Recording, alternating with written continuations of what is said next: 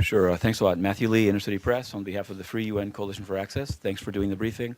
On the Middle East, I'm intrigued by this, not intrigued, but could you say more about, did all of the countries that you visited require paternity test for even sort of birth registration?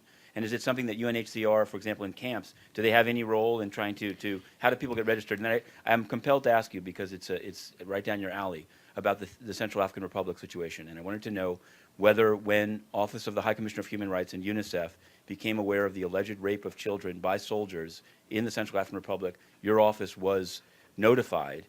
If not, why wasn't it notified? And what do you think of the response to date, including no interview of the victims or of the soldiers by the French authorities, and no notification of the Central African Republic authorities? What do you think of it as the UN's expert on sexual violence in conflict?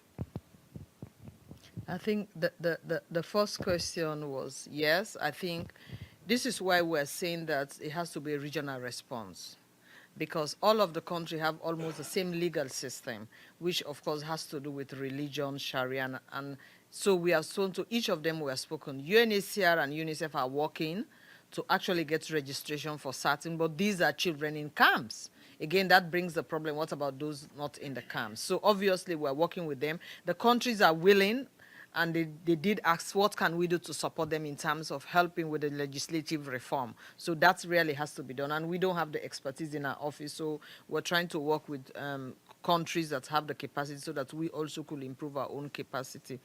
With the issue of the Central African Republic, I had Stefan who has addressed the issue. No, I was not informed. You know, because this, as you're aware, this is an issue that also deals with the DPKO.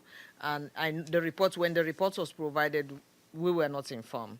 And I really don't think that, as I said, it's a report that has to do with their own mission. It's not part of my own mission. And I think I'm happy that the president has agreed that they have to investigate. I think for me, the important issue to underline is there has to be accountability. I think it is important for us to be accountable. It is important to have care for the survivors, and it is important to have restitution. So we follow it up. There's one follow-up on that, because I know that you've often said in this room that you don't cover DPKO. So, no. But in this I case, don't cover SIA, sexual exploitation.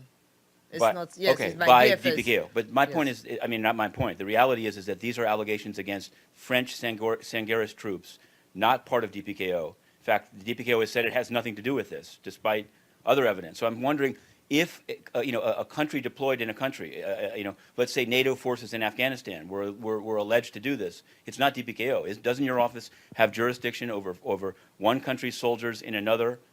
No. So you don't have over soldiers? You don't have? I don't understand. Then what is the jurisdiction of your office?